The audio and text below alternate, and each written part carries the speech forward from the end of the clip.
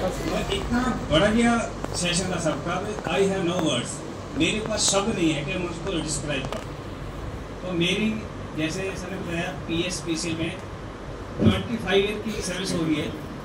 इस बुक का बेस एक कोटेशन और 4 पंचतंत्र की और बहुत सारी चीज़ों से मैं गुजरा हूँ, लेकिन जो सर का ना बिल्कुल ही प्योर बोल सकते हैं आपको, स्पिरिचुअल की दिल से, क्योंकि इन्होंने काम किया है, काम करके बताया है।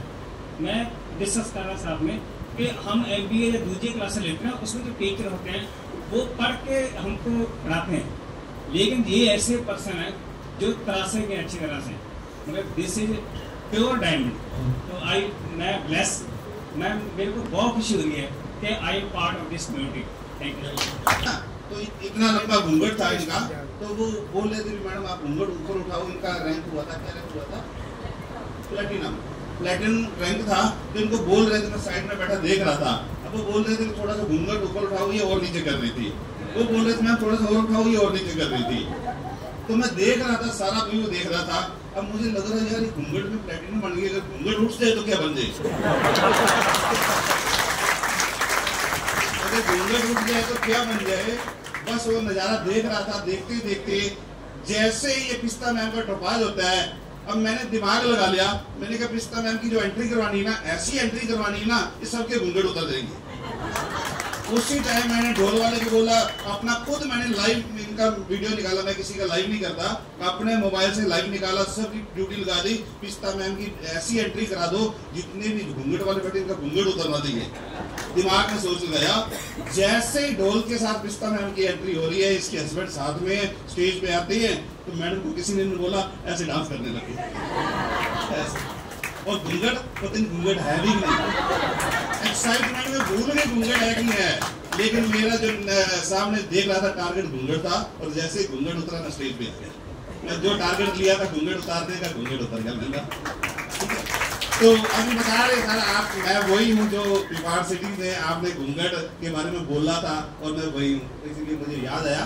तो देखिए मतलब ये बिजनेस, ये इस बुक का बेस एक कोटेशन और 4 पंचतंत्र की कहानियों पर टिका हुआ। एक कोटेशन जो ये कहती है 3 काइंड्स ऑफ पीपल। कैसे टाइप के लोग हैं? Number 1 who waits for things to happen. Number 2 type is those who makes things happen. And number 3 those who wonder what's happening. इस कोटेशन की तीनों कैटेगरीज को मैंने 3 पंचतंत्र की कहानियों से जोड़ा। अब मेरे हिसाब से जरूरी है कि मैं पहले आपको थोड़ा पंचतंत्र की स्टोरीज की हिस्ट्री के बारे में बताऊं। हजारों साल पुरानी कहानी है, बहुत ही सिंपल तरीके से लिखी गई है, लेकिन बहुत मीनिंगफुल, काफी गहराई है, जिंदगी के बारे में बहुत कुछ कहती है। इन स्टोरीज को लिखने वाले का नाम है पंडित विष्णु शर्मा। विष्णु शर्मा ने ये जो स्टोरीज थी पंचतंत्र की, ये दरअसल 3 राजकुमारों को कही थी। और उसका पर्पस क्या था? उसका पर्पस यह था कि राजकुमारों को एक अच्छा राजा बनने के लिए तैयार किया जा सके। अब कोटेशन की पहली लाइन क्या कहती है? कोटेशन की पहली लाइन ये बात करती है एक ऐसे आदमी के बारे में, the one who waits for things to happen. जब मैंने पहली बार इस लाइन को पढ़ा तो मुझे लगा कि शायद ऐसे आदमी की बात हो रही है जो कि बिल्कुल सुस्त है, कुछ करना नहीं चाहता, और शायद भाग्य में यकीन करता कि कभी तो उसकी जिंदगी में बाहर आएगी, भगवान उसे भी चप्पट मारकर कुछ तो देगा। लेकिन अगर थोड़ा ध्यान से पढ़ो तो है यह उसका बिल्कुल उल्टा। यानी ये किसी लेजी आदमी की या लूजर की बात नहीं हो रही, बल्कि एक ऐसे आदमी की बात हो रही है जो कि प्रेजेंट मोमेंट में जीता, जो कि निस्वार्थ भाव से सिर्फ काम करता और फल की या रिजल्ट की परवाह नहीं करता। इसको एक्सप्लेन करने के लिए मैंने एक पंचतंत्र की स्टोरी ली।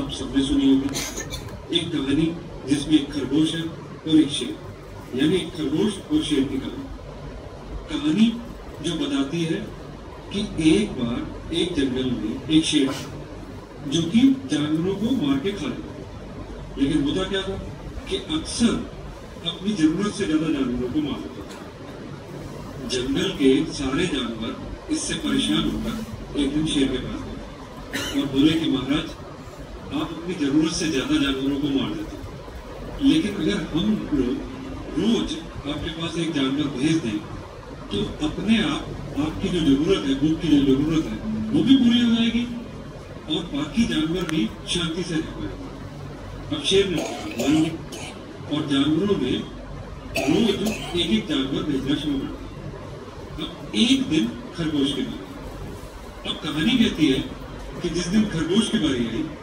उस दिन खरगोश सुबह उठा और शेर के पास जाने के लिए निकला। मौसम बहुत अच्छा था, खरगोश मस्ती में था, खेलते खेलते लेट और उधर शेर इंतजार कर करके गुस्से में आता गया क्योंकि उसकी भूख बढ़ती जा रही थी, दिन ढलता जा रहा था और कोई जानवर किसी का नामो निशान नहीं था। और जब फाइनली खरगोश पहुंचा तब तक शेर का गुस्सा 7वें आसमान पर था और जब उसने छोटे से खरगोश को देखा तो वो बिल्कुल ही आग बबूला। दहाड़ कर गुस्से में उसने खरगोश से लेट आने का कारण पूछा। अब खरगोश ने कहा कि महाराज, मैं तो टाइम पर निकला था लेकिन मुझे एक और शेर मिल गया और मैंने उसे बहुत समझाया कि मैं महाराज के पास जा रहा हूँ, लेकिन वो कुछ सुनने को तैयार ही नहीं। न जाने किस तरह से उसे चकमा देके आ। अब शेर बोला, मेरे जंगल में दूसरा शेर कहाँ पे? मुझे अभी लेके चलो। अब खरगोश उसे कुएं के पास ले और बोला, महाराज, दूसरा शेर इस कुएं में छुपा। शेर ने कुएं में देखा अपनी परछाई को और दूसरा शेर मान के जोर से दबा। एको वापिस आई। कहानी कहती है कि शेर कुएं में कूदा और मरा। अब क्या लगता, क्या मीनिंग है स्टोरी?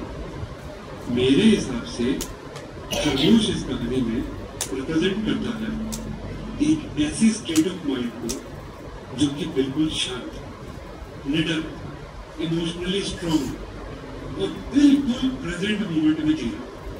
कहानी कहती है कि वो खेलने कूदने में मगन हुए और उस वजह से लेट गए। बस he was facing a life threatening situation और खेलने कूदने में मस्त हो गए। यह तभी संभव है जब खरगोश मौत के बारे में सोच ही नहीं रहा।